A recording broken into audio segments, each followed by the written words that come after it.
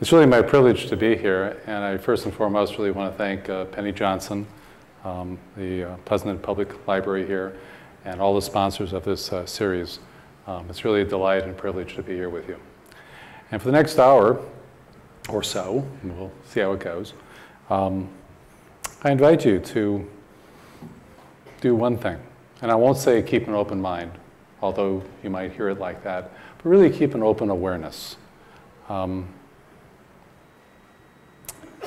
For a shift in perception, a shift in, you could even say, your very axis of world, your very ground of being. It takes an openness and awareness to allow that. So I invite you into that space.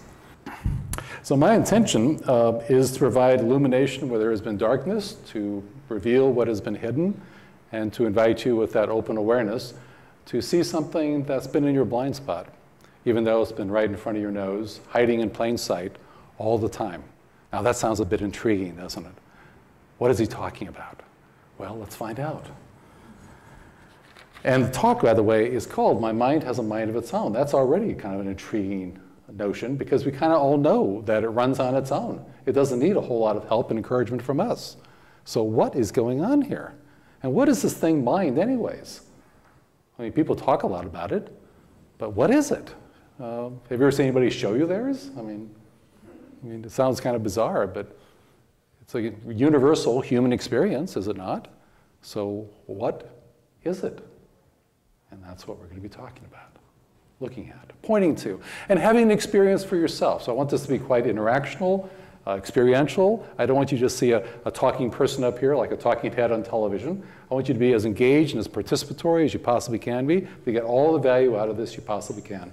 The more you put in, the more you'll get out. And that applies to everything in life, doesn't it? Last I checked. Okay. So, let us begin. All right, showtime. Here it is. Let's have some fun. Maybe you remember this. See if you do. I've looked at life from both sides now, from win and loss, and still somehow, it's life's illusions I recall. I really don't know life at all. And she also talked about clouds and love the same way. It was Joni Mitchell in a song called Both Sides Now. I think she came out with about 1967, if I remember correctly, maybe 66, right around there. I grew up that time. But she's really pointing to something pretty interesting. How do you see illusions that by their very nature are unseen and believed to be true? How would you ever see that? That's a rather intriguing statement, intriguing question. And I'll give you some instances where you get glimpses of the illusions in your own experience. Don't believe a word I'm saying. What do I know? Check it out for yourself. My line always is pause, look, and see for yourself.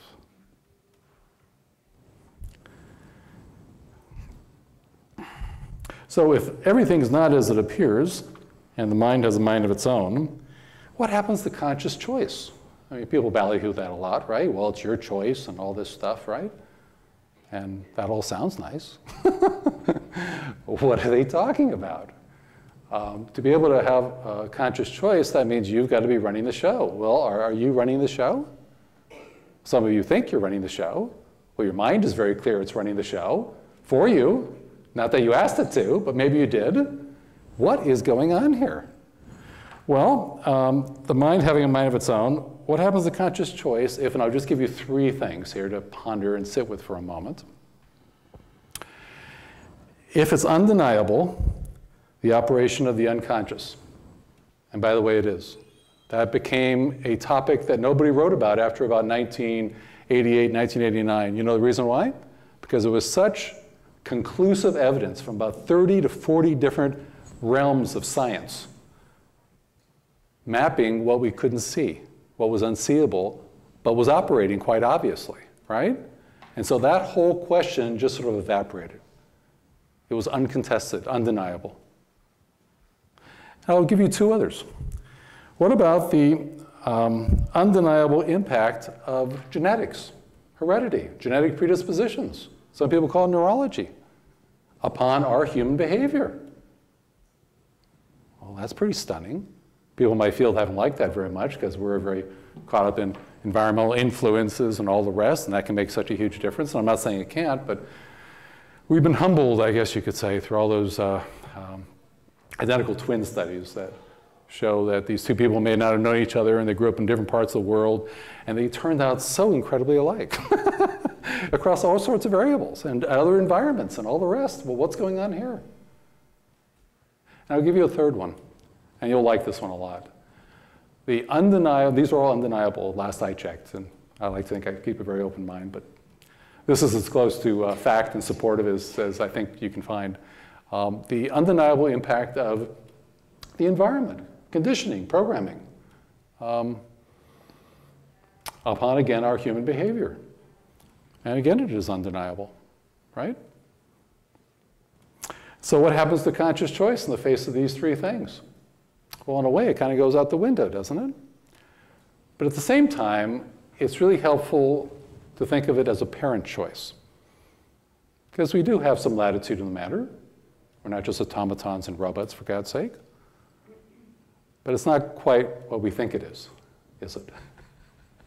Or we like to think it is. And who's this one thinking all the time, by the way, too? Who's that? Who's the who? We'll come back to that.